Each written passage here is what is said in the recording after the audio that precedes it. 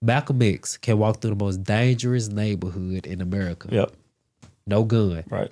For all y'all that like to use the picture of Malcolm was in a window, so enemies necessary. Malcolm only carried a gun after he came into enlightenment. Right. He only carried a gun for the last year of his life. The Malcolm the know. Malcolm that grew to notoriety did not have no damn gun. White people exploit the image of Malcolm with a gun and Malcolm going against his former teachers to make you go against the former teachers. He only did that for a year of his life. The 13 years before that, when he grew from Malcolm Little to Malcolm X, that's the Malcolm you know and that's the Malcolm you in love with. Malcolm did not have no damn gun. But you got to read the autobiography of Malcolm X to know things like that, right? Yeah. So if you think that, don't be misled, bro. Malcolm ain't had no damn gun. So if Malcolm walked through the most dangerous neighborhood, nobody gonna touch Malcolm. Why? Not because Malcolm a big bad wolf. Not because Malcolm got a bigger gun than them. Not because Malcolm more niggered out or gangster than them. No, because righteousness is a protective shield. So if they look at Malcolm as a brother, if you look at somebody, if you look at me as a nigga or you look at me as an op, their identification make it easier for you to do harm to me. But through righteous works, Malcolm made all black people look at him as a brother. Right. So through his righteous acts, they look at him in a righteous way as a brother. That shield, brotherly shield, make them not be able to do harm to brother. When he walked through the hood, everybody go, damn, what going on back? They damn near smoking or drinking, they damn near put it out of respect for what bruh stand for. So that stopping power is a higher stopping power than a gun, because that stopping power starts in the mind. Because if I were to rob you, if I were to shoot you, it got to start here, and then I carry out the actions from my brain. But if they see you as a brother, it start in the brain. Like, even if somebody whispers some wickedness in their ear, damn, we should do this to bro. They're like, oh yeah. Nah, I can't do that, bro. Bam. The stopping power so damn fast, you can't even react with a gun that damn fast. That's another episode of the Don't Be a Viking podcast. Today I got a brother with me now. Brother, introduce yourself by name, age, and relationship status. All right, I go by Musa the Healer. Okay. Age 36. Okay. Relationship status non-binary. Okay. All right, y'all, let's get back into this next topic. The topic I just covered the other day. I want to ask you this. Okay. Do you think it's necessary or do you think it's beneficial for black men in America to own firearms and carry firearms? That's a great topic. And what aspect are we asking this? So if you asking me my personal, let's speak from a personal preference. Me personally, no. Okay. Right? And let me tell you why. Because where I'm from, right? Yeah. I'm from that. I'm from where I had to carry it, right? Yeah. I had to walk around with it, right? And when I removed myself from that situation and from those type of circumstances, I no longer saw a need for it, right? So personally, no. As a whole, that's a broad question, because some people might feel like they need that type of protection. Yeah. Me, I'm protected by a higher consciousness, right? Yeah. So I know those things don't necessarily come my way unless I put myself in a position to come that way. So personally, no, but from a broad perspective, to each his own. Okay. Right? What's your opinion on it? Bro, what you said on the first part, word for word, I will repeat it verbatim. I say the same thing because I felt the need, like, bad. Like, I gotta have my part. I'm like, I'm looking at what's happening right to the left and right of me. I'm like, damn, he just got popped walking down the house. He just got popped leaving school. He just got popped right in front of me at the hoop. Nah, cause I ain't going like that. Then I started getting into my own situations, which hindsight, if I was wise enough at the time, I could have used communication skills, the de-escalation skills with the brother. I was so eager to prove, like, nigga, who you? Ego. What? Like, yeah. I'm like, nah, we ain't doing that. So with the people I looked up to at the time, I'm looking at it like, gee, it's really only one way to prove you a man. Standing on that bed, the cultural influence. So I'm like, if you're not exposed to the other ways of being a man and being masculine, you treat your physicality and violence as your number one motive to show that you're masculine. And we're taught that as an adolescent, Facts, right? We're taught that violence is the only means of de-escalation, right? It means you're belittled or less than if you don't want to have competition, if you don't want to have fight. But that when you grow up, like you just said in hindsight, that's really the complete opposite of the way we supposed to be taught, right? We're supposed to have communication skills. We're supposed to be able to de-escalate. We're supposed to be able to think critically in extreme situations. But we're not taught that. We taught rap music. We taught all the things that's not going to serve us, right? We taught the complete opposite when we should be teaching the latter. Yeah. And prevent a lot of those bang situations that we're talking about. So I think we're our own, what do you call it, demise when it comes to what we think about that pole. Yeah. It's like, bro, ever since, how old was I? Like 16, 17, I've been carrying a gun. Mm-hmm. And what I realized when I stopped carrying a gun, for one, it gives you time to think. Because if I got my pole on me and there's 4 ops in front of me, I'm taking all 4 of y'all ass out with no hesitation. Right. If I don't got my pole and it's 4 of y'all, I'm finna think of some strategic ways to get out of this goddamn situation. You finna use that mental. You finna use what we supposed to use in the first place. My thought process on it is exactly what you said. I felt the need to use a gun because I wasn't intelligent enough to be safe and have a form of protection without the gun. So I used the steel as a higher form of protection that I can offer myself. We use it as an excuse to not be ourselves. That's it. Right? Like if we learn how to navigate and move the right way, what need would we really have for it if you think about it? Right? If I respect you and all things around me and you respect yourself and all things around you, where would that pole come in hand with us right now or anywhere else? Exactly.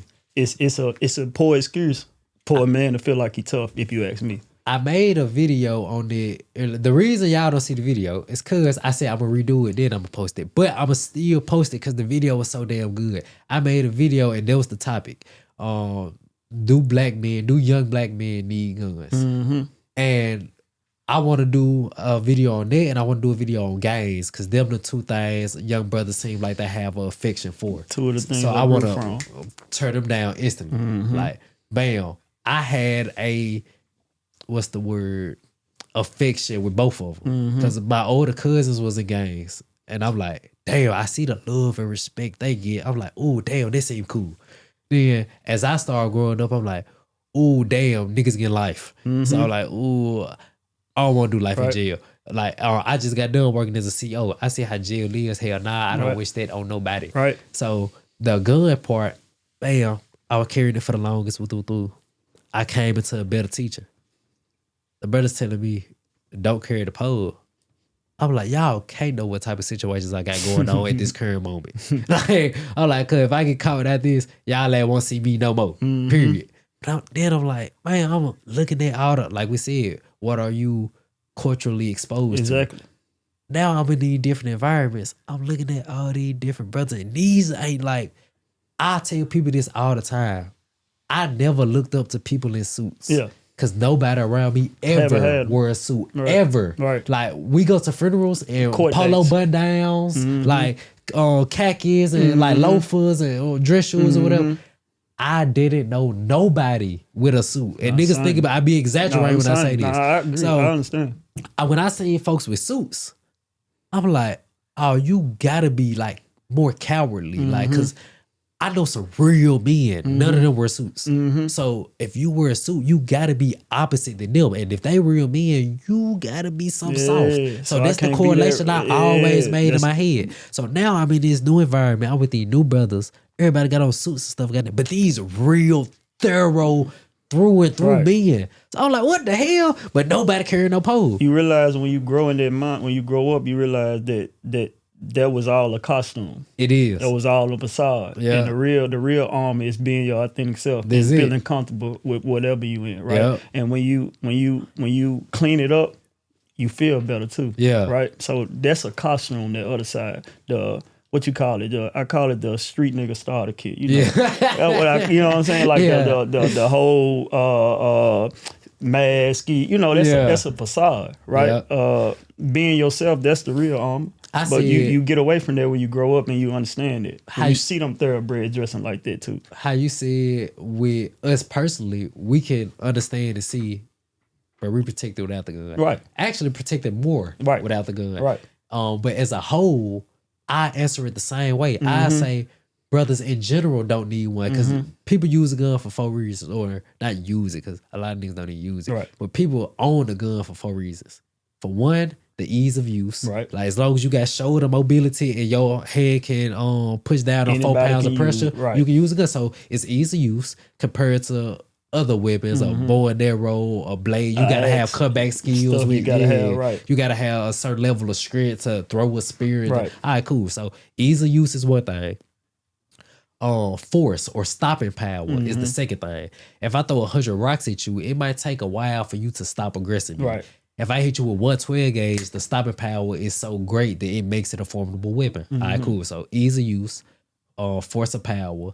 The third one, range. The further you are from the attacker, the more time you have to think for one, and the less likely you are to get hurt. Right. The last one, perception. Now, this is more of a cultural thing. Cause for one, I don't give a damn who you is, where you come from. We all have a natural affection for women. And that's when you just said the cultural, right? Yeah. That reminded me of the stupidest. I saw the stupidest shit the other day. I think it was the Jada Waiter girl. Okay. And she was posting something about she ain't talking to no guy unless he carrying a blicky or something. I almost like it's the dumbest concept to me though. Like for it to be said out loud and to be said in a way where it's kind of girl, because if he ain't got no ops, you like exactly. It's like you inviting everything that especially somebody like me grew away from, right? Yeah. And what you essentially saying, what you like cowboys? Cowboys walk around with their love, exactly. Right? You like police officers? They got you know what I'm saying? Exactly. So it's a walking contradiction to the what she was saying, right? But she's trying to say if he ain't got that, he ain't a man. Facts, right, and it goes in what you were saying, like it's a cultural thing, and it's infecting everybody. Exactly. Right? Now think about if a sister say this. Now, you know, if this attractive sister is however many brothers that's trying to get with her, influence. So if she says, that's what I'm saying. You not a man, or I'm not attracted to you if you don't got the gun. Even if the brother is a brother like me and you, and he know he don't need a gun, if the brother is swayed by that, he like. I keep my shit with me. Nigga ain't gonna play with me. Of Jada exactly. So that's the fourth reason I got. Perception. For one, perceived by women. Right. You're perceived as a protector. Right. And since she wants to protect, it is in her nature to want to protect her. She just a little misled on how the protection should come. Exactly. But nevertheless, she tried to follow what's in her nature. She want to protect her. So if you think you can please her by having a gun, that's one form of perception. Another form of perception is your peers, as far as your homies will hype you up and they like, they like, man, damn, you got that new Glock 40. Right. Bam, they're just like, when you go buy the J's and everybody like, dang, they clean. They feed you to want to go get the next pair of J's. Yeah, so all right, cool.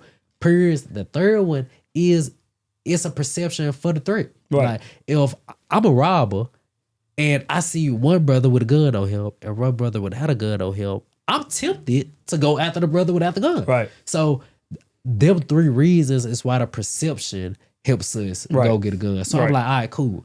I broke all 4 of them down. Like, all right, bam. Them the only 4 reasons folks get a gun.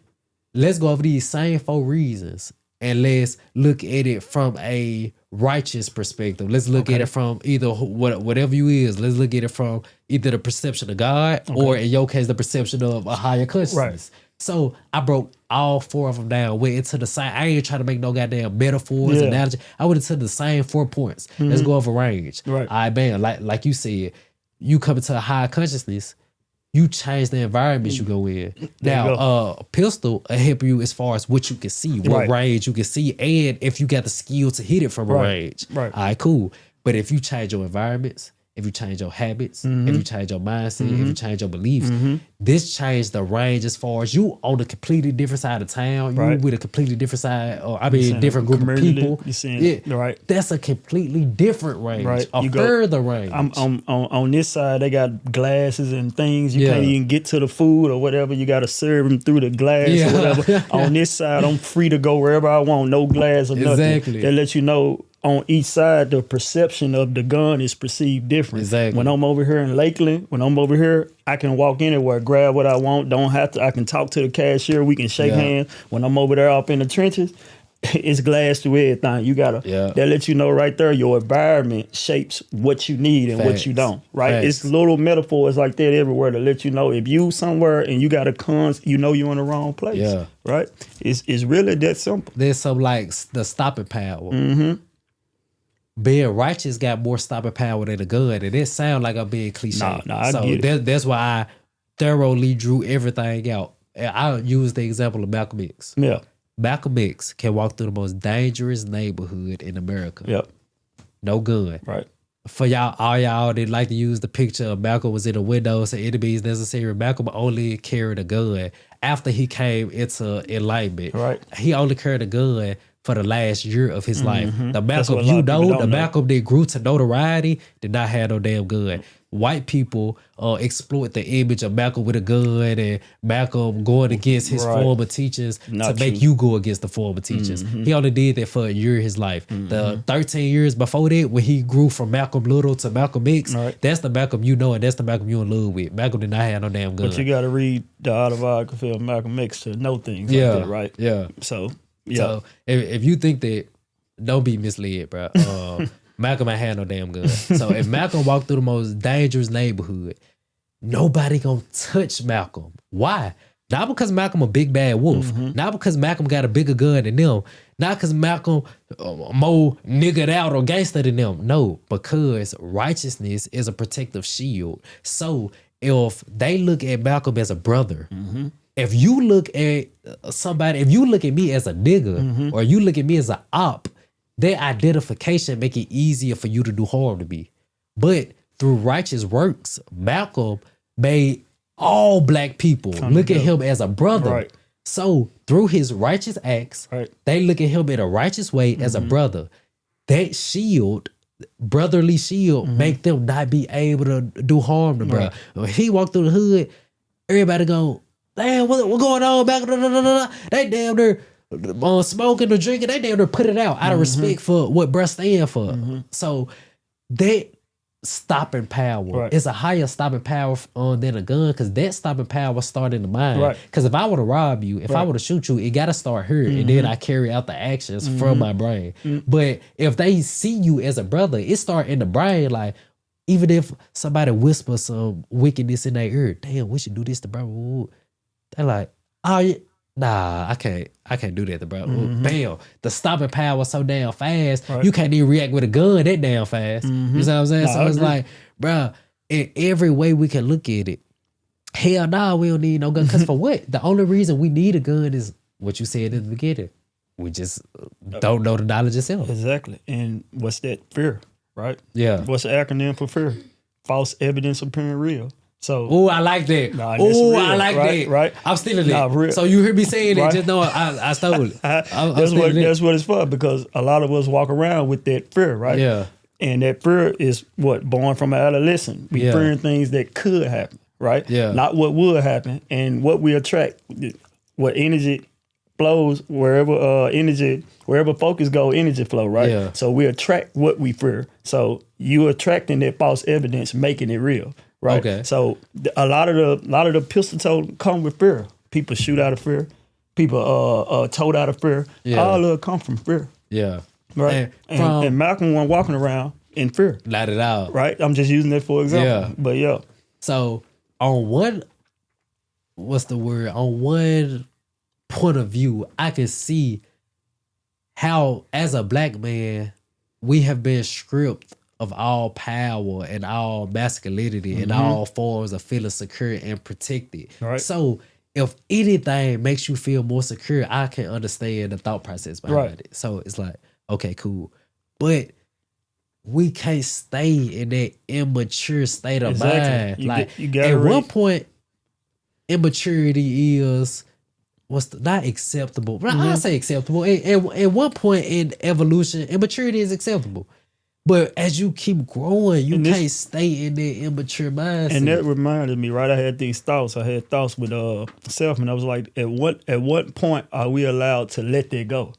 Right? Because it's like with everything, like everything goes back to, do I have to stick to this mindset even with my kids? Yeah. Like even with the way I move around, like when you said, like, we got to get to the point where you got to raise those vibrations and frequencies enough to let that go, period. Let what go? Like that attachment to the quote unquote street. Okay. Right? And this mentality that's like you just said, that what was the last thing you just said with the mentality wise, with the mind, right? It's immature.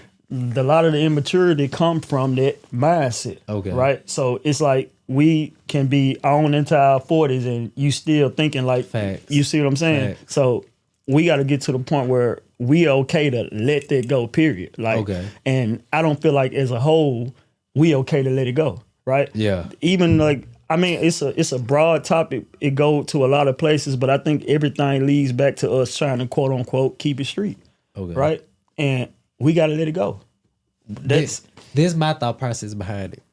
I feel like brothers attach themselves to the street life because everybody wants to be somebody. Right. Especially as a black man and woman that has been deprived of being somebody from so long. Everybody want to be somebody. Right. And that's your natural God-given right to want to be something great. That's fine. But when you got a desire or when you got a certain nature, right, and somebody else knows your nature, but you don't know your nature, they able to manipulate what you don't know. Right. So if it's in our nature to want to be great, if I know that and I know you want to be great from birth up until you die, what I can do is to show you a detrimental way to be great. So instead of introducing you to brothers who will grow you in an upright and righteous way, I'm going to introduce you to role models like Big Meech. I'm going to introduce you to rappers, not rappers that talk about righteousness and uplifting your community. I'm going to introduce you to rappers that talk about killing the black man and poisoning the black man. I'm going to even sell you the chips with their faces exactly. on it, right? And I'm going to beat it into you in all aspects. So it's like, if we want to be great, which one is harder? Getting notoriety through killing somebody, being a killer? Because we just talked about how easy it is to use a gun. As long as your shoulder move, as long as you got 4 pounds of pressure, and it's like people use the word brave. To a certain extent, that's true. To a certain extent, you just cowardly and stupid. Because if you brave, because you feel like this is 100% right, bruh killed my father, bruh killed my daddy, and bruh is hunting me. Because if you just say he killed somebody, bruh, you killing him ain't gonna bring you. But if bruh killed your folks and bruh hunting you, I ain't trying to promote no violence, so I would just leave it at that. But if you believe this action is right, then okay, we can say you was being brave. 9 times out of 10, folks know, bruh, this is wrong. 10 times out of 10. Yeah, so it's like, you not being brave, you being a coward because you giving it to the peer pressures. And you letting other niggas control your life. Like, that's a coward. And that's feminine and unmasculine as hell. There you go. Like, your ass basically being neutered. Like, can't no grown ass man make me do nothing. Like, period. If I do something, I agree with it. And if another grown man guide me to do it, I love that brother for guiding me in the right direction. But if I disagree with something, can't no grown man on the planet make me do. I'm not going for that. But I say that to say, if it's 2 ways to gain notoriety, 2 main ways.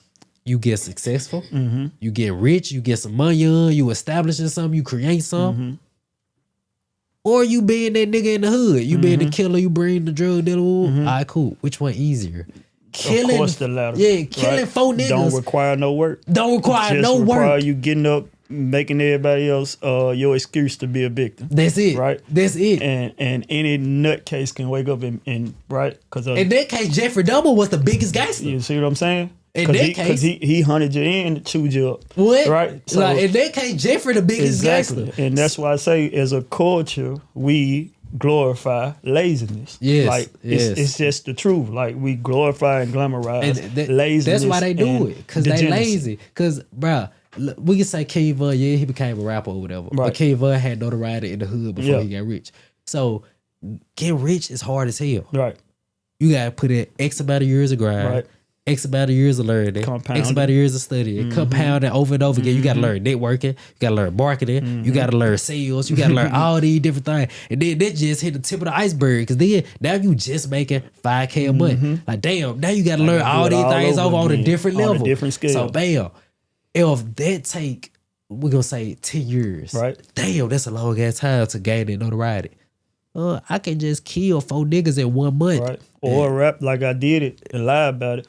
And I get that same notoriety. Exactly. So it's like, brothers do it because, like you said, they fearful, right? And they cowardly to really challenge life how it's supposed to be challenged. They're really afraid to be a man. That's what I call it. That's it. Right? Because you're a man, you're a leader, protector, in all aspects, not just some of it. Yeah, not just with your kids or with your girl. Or when the girl feel like, no, it's in all aspects of life. You walking upright and righteous in all aspects around whoever, right? But when they get around whoever they feel like big homie or whoever they feel like got some money on their hand, they turn to a whole little boy, right? But you was just rah-rah around your kids and your woman. Yeah. But when this guy you want to run up behind and be behind like a little girl, you his little girl now, right? Don't respect it, right? Facts. If you're gonna be a man, you're gonna be a man in all aspects, every way. No cutting it off and turn it on. Right. That's what a man is. I just had that conversation the other day. I said, what was I saying?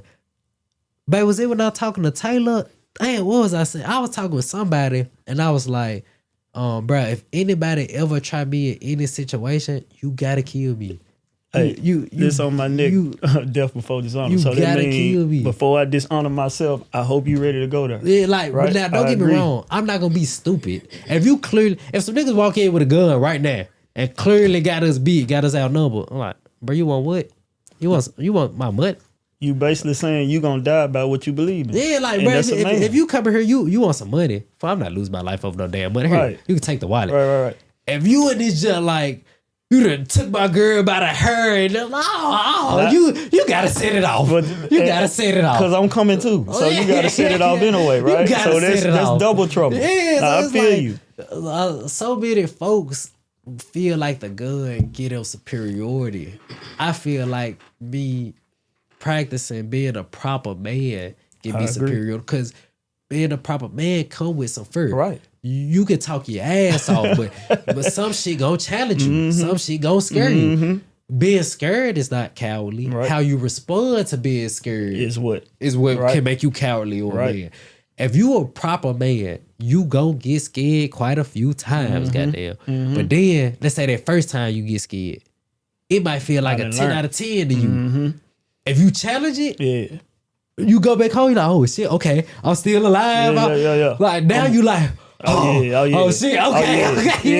So this what it mean to be this. Yeah. So that next time you in a situation, this situation seems worse. It's like, this a little bit more scarier than the last time. Yeah. But you like, the last time I felt like that was the max and I got through that. So let me go through it again. Right. Man, you go through it again. You see you still alive. You That's what build a man. That adversity. That's what that fire. Man, that courage. Yeah. What's the definition of courage? Being willing to do what you scared to do. Being willing to do what make you afraid. Right. But courage make you a man. Right. Adversity. Now, this the last thing, because I don't want to hold you up. Earlier, you said if a woman dresses promiscuously, that would be wrong. Yeah. And according to, in my eyes. Yeah. Why would that be wrong to you? If it's my woman, speaking as toward my woman. First of all, not alone me, I don't feel like she respects herself, right? Okay. When you're talking about me, when it's speaking for me, why would I want everyone to see what's for me? Thanks. Right? So if you're putting it out there, it's for them. It's for the world. It ain't for me. I shouldn't have to beat you across your head to make you understand it. If you love and respect me as a man, you should want to do that as a woman. Okay. That's just my opinion. I mean, if you're not doing it for a woman, you're not for me. You're for whoever you're seeking their attention from. Because the validation and attention from me should be enough for you to not want to do that. Now, if you want to do that, then you just ain't for me. You don't gotta love me. You can go love somebody else. Okay. I'm gonna play quote unquote devil's advocate, and I'm gonna say, what if she say, well, this my body. I'm just you being controlling. Yeah, you're right. It is yours. You're right. Yeah, that's your body. Yeah. You finna go be with somebody, just not me. Okay. That's what it is. Now, right? what are your thought process on other women outside of your woman? Okay. Dressing like that. Do you feel like that's harmful to the black community? I feel like they for the streets. Yeah, Okay. it's they're part of the problem. When I say we celebrate degeneracy, they part of the problem, right? If you don't see no problem with you walking with your ass out, and you don't see no problem with it, then you're a part of the problem, right? Because your need for attention is causing harm everywhere. There can be harm in this household. There can be harm in that household. You are a walking hazard for society. When you, all because you're seeking attention for thyself, right? Bruh, hey, I said this before. I'm gonna clip where he said it, because maybe when I said it, it ain't get through your thick ass head. So maybe he said it in a way that's like, oh, okay, I can correlate with it. Cause maybe when I said it just went in one ear and out the goddamn other. No, that's for real. I said before, if you believe in God, right? If you say you a Christian, you a Muslim, whatever you say you is, if you say you believe in God, but you say it's okay for you to dress promiscuously with your boobs out, with your butt out, in the Bible, it say don't be a stumbling block for the weak. Right. If we can all agree that men are not sexually disciplined as they should be, they're weak. Yep. You're a stumbling block if you come across that weak brother with something he's weak at. If he's not strong in his sexual discipline desires, and you come waving the cheeks, right? Of is course. you not going against the Bible, making her weak? If you say, we supposed to love thy neighbor like we love ourselves. If Jesus said, how the heck do you love God, which you never seen, but you don't love your neighbor that you see every day? Okay, that means if you a sister, you supposed to love this sister like you love yourself. If this sister got a man, you should want that sister man to see your cheeks, to see your boobs. Why? Because that'll incite lust in his heart. Now, if you say, well, he lustful, that's his problem, he should work on that. Whoa, you not being a good sister. Right. You see what I'm saying? Right. So like, whoa, are you following the Bible? What we following? What we following? Your book. Oh, that can't be your book. That can't be your that's book. her book. That's the book she wrote with a pencil. Right. Nah, for real. Yeah, that's your individual book. Right. Yeah. Right. Because it don't align. When people had these conversations, they basically say, you don't have the right to judge me. Okay, you can say that. We all fall short of the yardstick. Okay, I'm not judging you. Your own book that you subscribe to judging you. Right. Your book say don't do this. Unless you unsubscribe now.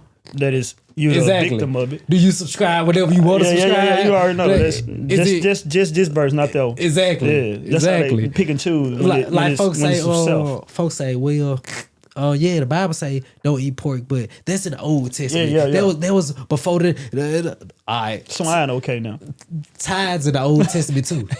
So if you can eat pork, tell your pastor don't pick up no more collections. Tithing in the Old Testament. Right. So it's like, bro, folks pick and choose what they want to serve. Yeah, when it's beneficial for self. Bro, that's why I ask people all the time. That's why I asked you earlier. Wait, before we get into the conversation, what is your beliefs? Yeah. Because I want to have a yardstick to judge our conversation by. Right. Because if you say you believe in this, then we get on to another topic. And then you go against. Oh, no, we finna go there. Yeah, we finna go there. Like, what the hell? Right. Like, you one of them. you just and pick and choose. I know you get a lot of people like that all the time, right?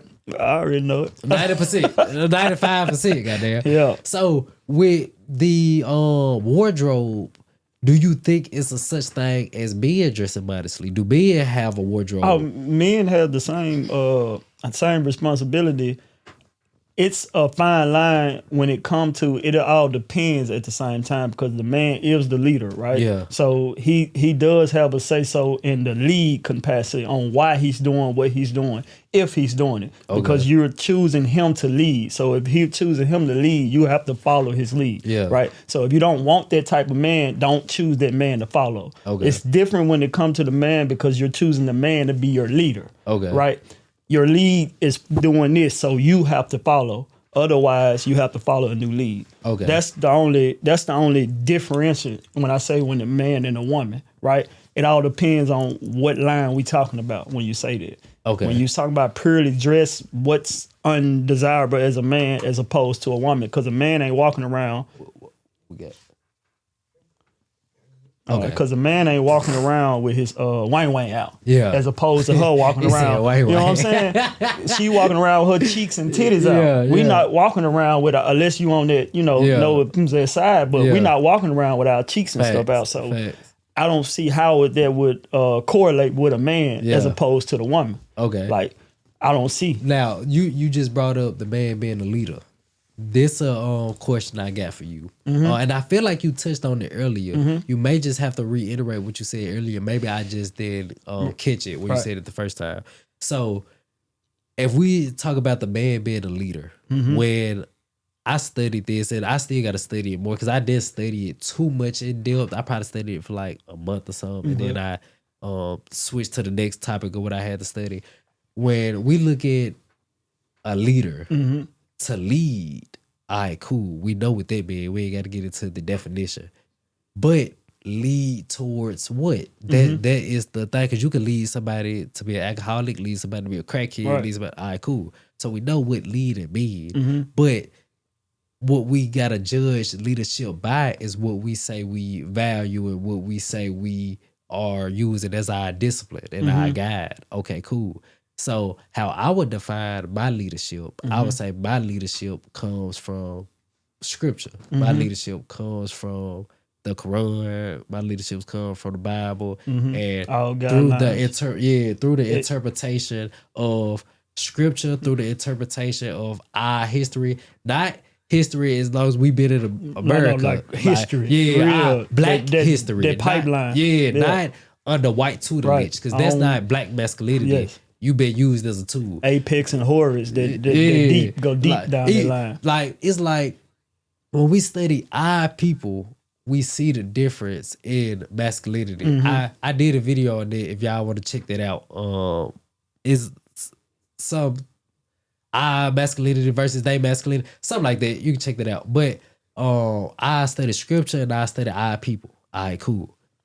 From that, I'm like, okay, this is my guide to leadership. And what am I leading her to? Leading her to, as you would say, that higher consciousness, as I would say, God. Right. And through that lead, bam, we have unity. And I look at it like a triangle. At the top of the triangle is God or the higher consciousness. You on this corner, I'm on this corner. Yeah, we moving closer together, but not this way. We moving closer together as we grow towards that oneness. Right. So bam, if that's the leadership, and we look at like, and we look at electricity, and you got a lead wire.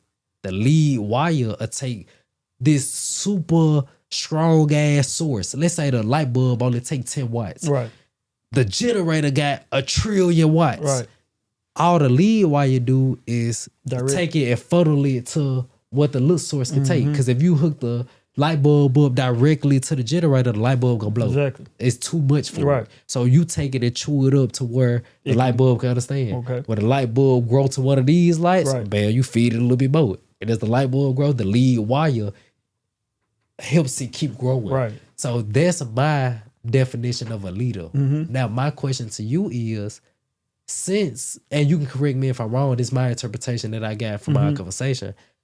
Since you don't got a direct guide, like how I said, the Quran or the Bible, black leaders, the most honorable Elijah Muhammad, Farrakhan, Black history, since you don't, I ain't saying you don't learn from these different things. Right. Like, that's not what I'm trying to insinuate. Right. I've grown from them. But since just like you, I read the Quran and the Bible, and before I get to a place where I get away from them, I still have to identify and learn from them. Right? So I ain't mean to cut you off. I was just saying, where is your guidance on how you should be a leader? Like, I know you said to the higher consciousness, but to me, and you can correct me if I'm wrong, to me, that sounds opinionated because it's not a set in stone, these are the rules of the higher consciousness. Right.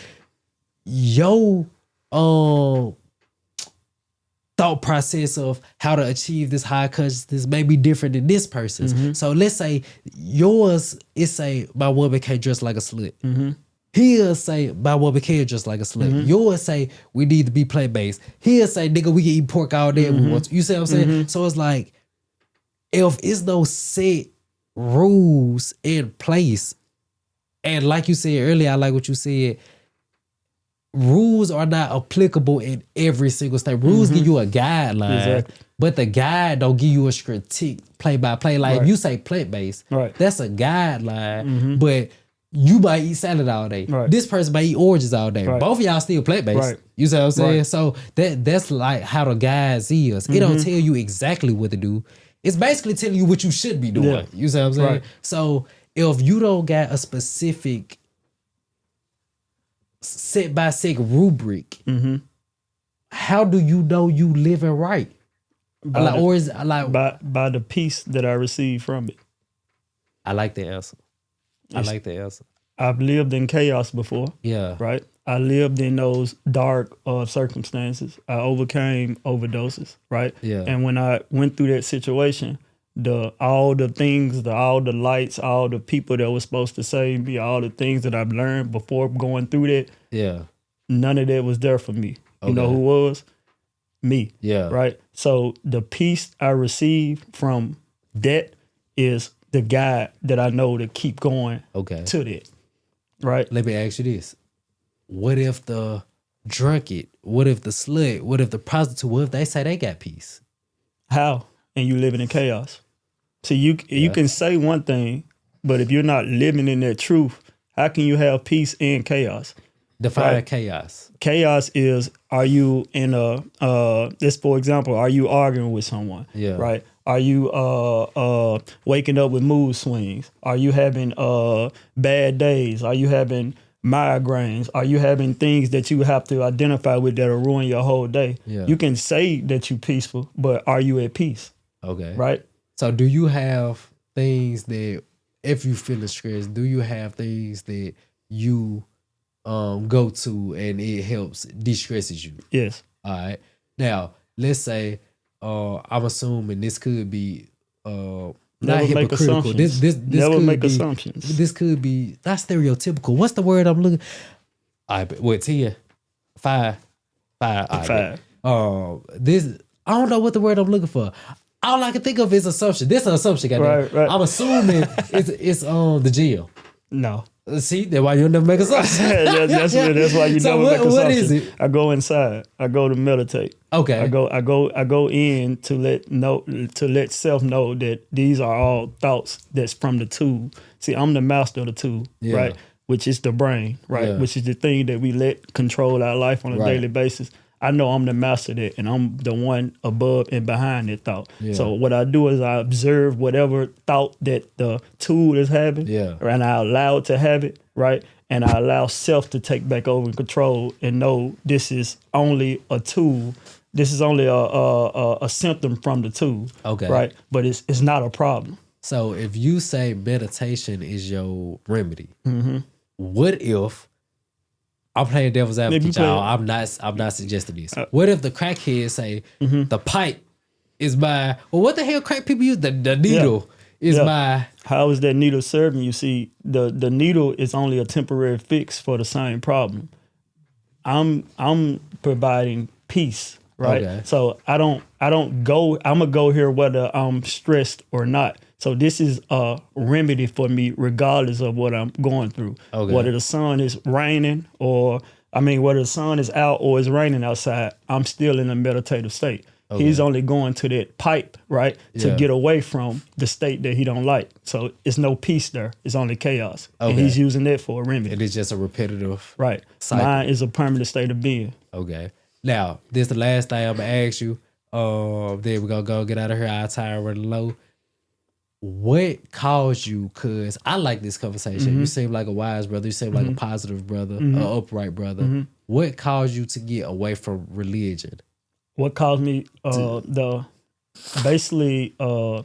I'm a person, as you can see, I got a lot of tattoos. Yeah. Right? I'm a person that once I do anything, I do it all the way. Okay. Right? And when it come to the religion, I did it all the way. I did my due diligence. I fasted. I prayed. I did the whole nine.